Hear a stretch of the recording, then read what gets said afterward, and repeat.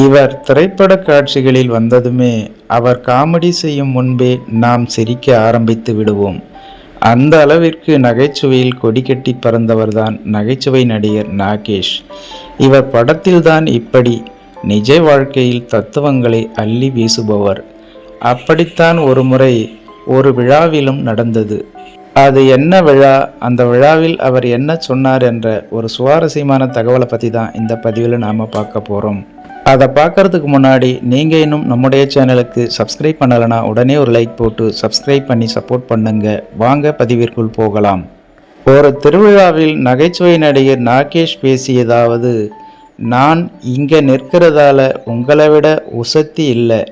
குழந்தையை தகப்பன் தோல்ல வச்சு கொஞ்சுவான், அதுக்காக குழந்தை உயர்ந்ததாகி விடாது.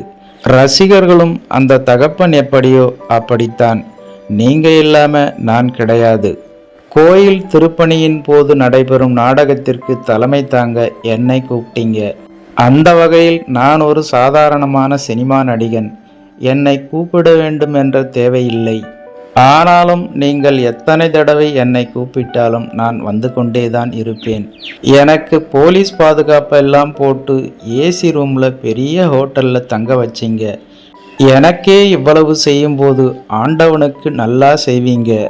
சவுக்கு மரங்களை சாரம் கட்டித்தான் கட்டிட வேலைகளை செய்வாங்க. அந்த வேலை முடிஞ்சதுன்னா அதை எல்லாம் ஓரம் தூக்கி போட்டு விடுவோம். அதே நேரம் கட்டிட வேலையில் எந்த பங்கும் பெறாத வாழை மரத்தை கொண்டு வந்து அங்கே கட்டி வைப்போம். இந்த கோயில் திருப்பணிக்காக இரவு பகலாக பாடுபட்டு உழைக்கிறவங்களுக்கு முதல்ல நன்றி. இதை சொல்றதுக்கு பதிலாக எதையறையோ பேசிவிட்டேன் என்று நெகிழ்ந்து விட்டார் அந்த நகைச்சுவை மன்னன் நாகேஷ் என்பது குறிப்பிடத்தக்கது. ஓகே ஃப்ரெண்ட்ஸ், நகைச்சுவை மன்னன் நாகேஷ் அவர்களின் இந்த ஒரு சுவாரஸ்யமான தகவல் உங்களுக்கு பிடித்திருக்கும் என நம்புகிறேன். மேலும் இது போன்ற வேறொரு சுவாரஸ்யமான தகவலுடன் சந்திக்கலாம். அதுவரை உங்களிடமிருந்து விடைபெறுவது I'm C Elango. Thanks for வாட்சிங். See you later. Bye bye.